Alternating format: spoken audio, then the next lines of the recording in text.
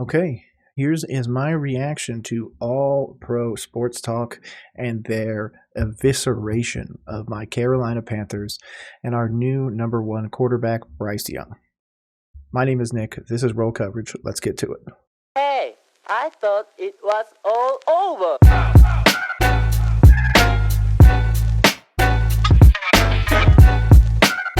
So like I said, this is all pro sports talk. He recently put out a video a day ago. So this is post Hunger Games, Joe Person's Diana Rossini article. So it's going to be part of that. I want to just dive into everything that he does. Again, another one of those great sports channels to follow. But without further ado, all pro sports talk, you have the floor. You talk about a complete dumpster fire. Bryce Young and the Carolina Panthers look horrible. They only have one win on the season. Let me repeat that. One win on the season. This team looked better underneath Matt Rule than how it looks right now. They just fired Frank Reich a couple weeks ago. Thomas Brown is back to calling plays, and yet again, they cannot score an offensive touchdown again. Again, this was never a coaching problem. This was never a scheme problem. This is a personnel problem. The thing that I've beat the table for all year, and the thing that people are finally coming around on. I don't think it's fair to say that Rule did a better job. I think that this amalgamation of talent put together by Fitterer and owner David Tepper are just it's abhorrent. It's real bad. It's only going to get worse. It's damn near punishable conduct because it seems almost intentional that Tepper almost wants to sink the team. But yeah, Bryce is definitely going to take a lot of heat in this video, it looks like. So against the New Orleans Saints, they went on a stretch without scoring an offensive touchdown when Thomas Brown was calling plays. I understand that he uses motion. He does all these different things. I understand that he's not a good offensive play caller, not with this team, maybe with a different team. The Carolina Panthers need to clean house after this season. And I would agree with that. I think that the rumor, obviously we have the screenshot of what Thomas Brown's reported wife posted about that his job is already basically done. So if that's the case, then they're going to get rid of Evero, they're going to get rid of Thomas Brown, they're going to get rid of everybody, they're going to get a whole new coaching staff, which is what I expected. I also expected the GM to go with it. Excuse me, but as of right now, there is no assurances that Fitterer is gone. And includes the defensive coordinator as well. Just go back and get a brand new coaching staff. Yes, they did that in the previous offseason. They need to do it again. This is what happens when you hire the wrong guy to come in and try to fix everything. Scott Fitterer may be fired after this season. I am going to give a massive pushback, though. I don't think that you can blame, again, I don't think that you can put this at the feet of Frank Reich at any level, really. He was told to go outside of his normal coaching people, so he wanted to diversify thought, the owner wanted the thought to be diversified, so that's what Frank was forced with. Frank's history is to get tall, big, strong, fast quarterback, so he decided to go with a 5'10 quarterback. It makes no sense. That's another type of decision, saying we want Bryce Young over CJ Stroud. So I'm not going to lay that on the feet of Frank Reich, just like I'm not going to lay the offensive failures at Reich or even Thomas Brown's feet. The personnel just isn't there, and you guys were sold a bad bill of goods. It's as simple as that. If you were a Panthers fan and you thought we were a 10-win team, then you are not a very good evaluator of talent. I continued to pound the table that we would get at most 5 wins. I said it was closer to 2 to 3. Even I might have overshot it, but obviously the season is not over. So yeah, that's my pushback. No coach, unless Jesus Christ himself comes down, can fix this roster right now. Roster is going to be gutted in the offseason. We need real wide receivers. We need a better O-line. We need to be able to protect Bryce Young because to this point he's on pace to be the 4th most sacked quarterback in NFL history. So because this team traded a first-round pick, DJ Moore, and numerous other picks as well to go get Bryce Young. And let's just be completely honest here. He has not looked like that generational talent. And I understand the situation that he's in right now is not great. The offensive line is one of the worst, if not the worst offensive line in the NFL. He has a lack of a run game on most weeks, and the wide receivers are not always open unless it is Adam Thielen at times. I fully understand that, but he's also missing throws as well. It's okay to acknowledge that the Carolina Panthers team and the roster around Bryce Young is bad, but it's also good. It's also a good thing to go out there and to acknowledge as well. Bryce isn't playing good. Bryce isn't playing well. And that's something I could admit as well. I accepted Bryce. Again, I was a Stroud guy beforehand. Even though there is such a history of Ohio State quarterbacks that's finally starting to get turned around. Uh, yeah, overall, I'm completely blown away with just all of it. This team seems terrible. It doesn't seem like it's going to get better. And yeah, Bryce is a part of that. As much hate as that's going to bring me, as much hate as it's gotten Cody Lack from C3, yeah, Bryce bears culpability in this. To be honest, probably as much as Frank Reich does. So.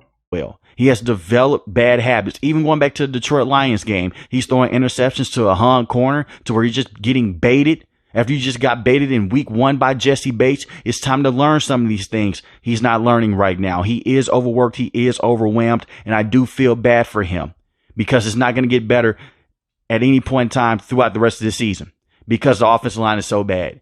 Icky at the left tackle position has regressed tremendously from what he looked like on the back half of last season. Austin Corbett cannot get things going at times because he dealt with the knee injury. He was recovering from that, so he missed a good portion of the season. Taylor Moton looks like he is washed at the right tackle position. He has given up the most pressures and the most sacks ever in this season in his career. He's never looked this bad before. So from tackle to tackle right now, they're not in good situation. The center was very good last season, the back half of last season when Steve Wilkes was coaching guys up. Right now, he does not look good. And they cannot run the football consistently enough with this team. That's the thing. Consistently enough, yes, we can get a game where Chuba Hubbard goes for 100 yards and 2 touchdowns against a stout running defense in the Bucs, but that's also because they had injuries at key positions that allowed that to happen. We have not imposed our will on a single team this season, not even on a single series, nothing.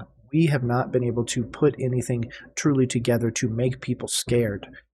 And that's why we're in this situation. Times they do look good, but on most drives, it doesn't work out. And Chuba Hubbard had a solid day today against the New Orleans Saints. He had 23 carries for 87 yards, and Miles Sanders had 10 carries for 74 yards as well. They overpaid Miles Sanders. I'm just going to keep saying that over and over again because they did. He's just a decent running. I don't think that it was that. I think that $5 million for a running back is not bad at all. I don't think it's really that big of a money sink because I'm pretty sure it's like a 4 or 5 year deal. But overall, I do think it's a slight overpay just because you should have invested that money in the offensive line before you ever went out and got a top flight running back, which obviously we're seeing that he got a lot of benefits from that Eagles offensive line. Back at best. They overpaid him because Frank Reich wanted him and the running backs coach wanted him. And guess what? Neither one of those guys are here with this team right now. But for you not to be able to go out there and score an offensive touchdown, that is pretty pathetic. And Jonathan Mingo was wide open, post route. Bryce Young misses him, overthrows him. He's having a lot of overthrows now, and he's developing bad habits because he is with this team. But Bryce Young has to play better. I'm not going to come on here and lie to you guys and say, hey, Bryce Young doesn't deserve any faults. Yes, he does. He is missing open receivers sometimes. And it's okay to say. I think that we so quickly, like I personally have caught myself that I won't even do a breakdown of Bryce Young's press conferences because it's his rookie year and everything like that. I'm not doing them for Will Levis, any of the rookie quarterbacks, because I just feel like this is your first year, take this year, then we'll start breaking it down in your second year. I think that it's fair to give Bryce criticism because as a quarterback, he's going to receive criticism from people regardless of what you want to do. This isn't the Packers where we're going to insulate him from criticism like they did to Rodgers. But at the same time, I think that it's more than just Bryce missing open throws. It's the offensive line not protecting him so he can't set his feet and feel confident in standing. Because he's going to get blasted over. I mean, there's plenty of plays where literally the offensive line just basically gives up, and like 3-4 defenders are in the backfield within a second or two of the play starting. So this is more than one problem, but Bryce obviously not being able to put the ball in the right place when he's supposed to be an elite processor. Even after that article where his elite processing was brought into question, saying that he could not digest and understand the reads of the Frank Reich offense, which most people say is an old offense. So if that's the case and he can't process an old offense, how is he going to be able to process the new Sean McVay, Thomas Brown aligned offense? He's not, because he can't process the basics. So I think this might have been one of those things where Bryce had a little bit more of a level head on his shoulders, able to answer the questions, be personable, and he had all of the charismatic qualities, whereas CJ Stroud has the on-field qualities that you're looking for. So a lot of it may be because of his height. That's what a lot of insiders want to say. A lot of spectators want to say, well, it's because he's too short. No, he just clearly doesn't see it, or he doesn't have time inside the pocket. And I think it's the latter. I think he just doesn't have time inside the pocket. I don't think his height is an issue. It wasn't an issue at Alabama because he had protection and he had good wide receivers. He doesn't have that anymore. So I need to see him with a better offensive line to get a true evaluation of him. But right now with this, right now, if you're calling Bryce Young a bust, I just have a simple question for you. First of all, are you following us on YouTube at Roll Coverage or on Twitter/X at Roll Coverage Pod? Secondly, do you think, honestly, if Bryce Young is a bust, that if we traded him right now to get Christian McCaffrey, a first-round pick, and we'll say George Kittle, we go get those three pieces, that the San Francisco 49ers don't lose a step and, in fact, turn Bryce Young into an MVP candidate? Do you think that happens? Because I do. I think that if Bryce Young was to fall into the wrong hands, meaning the Carolina Panthers or the Atlanta Falcons or one of those organizations that doesn't really help a quarterback develop and hasn't shown that they're able to do that even over the period of, say a few years, or if he had fallen into the hands of a Bill Belichick, a Kyle Shanahan, the Rams, and, he ends up with Sean McVay, Seattle, where he gets DK Metcalf and Tyler Lockett, Jackson Smith and Jigba now. Like, there's plenty of places where he would have shown up. The Pittsburgh Steelers. Imagine Bryce Young and the Pittsburgh Steelers. They don't have an offense. They would have a much better offense with him as quarterback. So this idea that he's a bust is absolute BS because you wouldn't give him up to any of those teams unless you got a bounty for him. So don't even go there. Carolina Panthers team, he isn't good. The defense has been the strong suit with this team for years now. It's the same song and dance over and over with this Carolina Panthers team. They have the strong defense. Their offense can't figure things out. And this is what happens when you roll the dice so much at the quarterback position, when you go from Teddy Bridgewater, when you go from Sam Darnold, and you trade picks for Sam Darnold, a second round pick, and you exercise the fifth year option, and he goes down. He wasn't the answer. And you trade a late round pick for Baker Mayfield as well. All those things have now caught up to this team. The worst of it all is this. You don't know for sure that Bryce Young is your guy. You hope that he is. Yes, we hope. And in fact, the owner has been vehement about that we are behind Bryce Young. Chris Tabor has been, but we are behind Bryce Young. He is our quarterback moving forwards. He's the guy we wanted, blah, blah, blah. But I guarantee you when the time comes and that press release finally comes out, or that book or that interview where the coaches behind the scenes are finally able to talk about that situation where they say, the owner picked Bryce Young, and we wanted Stroud. Mark my words. Is your guy. You hope that Bryce Young can eventually develop into being that franchise quarterback, because if he can't, you just set this roster back and this entire franchise back for another 3 to 4 years for sure, because you don't have a first round pick this year. You have to wait till next year to get that pick. I'm not calling Bryce Young a bust right now because that would be crazy. Some guy said that, I believe it was Donnelly from 99.9 The Fan. Shout out to them. I watched them on the regular. I'm pretty sure it was him that said that Michael Penix is going to be a third or a fourth round talent. If that's the case, man, we got a high second. We just take Penix as the second pick, and hey, I don't mean the second overall, but it's a first pick in the second draft. So if that's the case, I mean, we got Michael Penix. So we have either Michael Penix or Bryce Young. Trade Bryce Young if it really gets down to that. But I don't think that's the best option. I don't think going out and getting another quarterback is the solution. The solution is to develop and put people around him so this way he can succeed just like he did at Alabama. Nice and simple. Now, my tinfoil hat theory is that the coach is going to end up with Bill Belichick as coach and GM. Or again, he brings in an outside GM because he has to. And his offensive coordinator and play caller is Bill O'Brien, because Bill O'Brien helped him in college. Belichick would call defensive plays. Obviously, the Patriots' defense has still been pretty good, especially with Judon out and all that. So just stay with me with that. Please don't go get that. That's going to hurt Bryce more long term. We need a better coach in there. I'm not sure who that coach is. I've long said it's Eric Bieniemy, but I don't think that the Panthers organization is going to attract top-tier talent, especially the likes of Ben Johnson and Harbaugh. To say he hasn't even played an entire first year because he missed a game this season. And the game he missed was the Carolina Panthers' best offensive game with Andy Dalton. I would not say sit Bryce Young. You let him go out there and still work through his progression and learn things. I agree. things, but the way that he's looking right now, it is not good. And you do not want him to develop these nasty habits long term. Wide receivers are cutting their routes off midway because they know the offensive line is not up to standard. Hayden Hurst hasn't been that big tight end signing either that they hoped that he would have been. And I do wish him a speedy recovery and prayers as well, because he did suffer a concussion a few weeks ago and he was dealing with some amnesia at the time. He has gotten better, but we continue to go out and wish for him to get better as well. And he did practice in a limited role. So he will be back on the field with this team in a full starting role again at the tight end position. They're just being careful with him right now. I like Hayden Hurst a lot, but they like Hayden Hurst, but I would have much rather had Dalton Schultz. I'm sorry. He was the dude that I thought we should go get, or an aging Kittle, somebody like that. But we're just going to keep going with Hayden Hurst, our second and third tight end. I believe it's Thomas in trouble. So yeah, it's going to be tough. No winning team is going to have a tight end named Tommy Trumbull, unfortunately. And I mean Super Bowl winning team. Like, we need to upgrade that position. He's a young quarterback. My philosophy is always that they get great tight ends. We need to give him a truly great tight end. didn't have to go out there and pay him the money that they paid him as well. The only reason he was able to go out there and get this contract is because he looked good with the Cincinnati Bengals. And let's just be completely honest, it's easy to look good when you're playing alongside Jamar Chase and T. Higgins and you have Joe Burrow as your quarterback. He was not deserved that money either. So I'm just looking at this Panthers team right now. Bad roster decisions, bad adjustments at the coaching position. This is what's going to happen.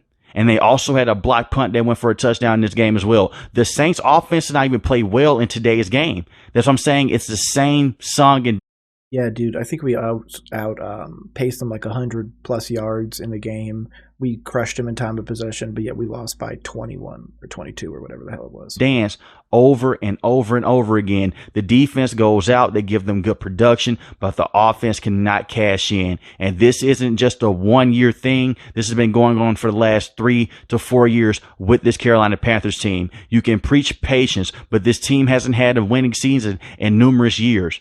And Carolina Panther fans are now tired of this. This calms down. Yep, the fan base is tearing each other apart online.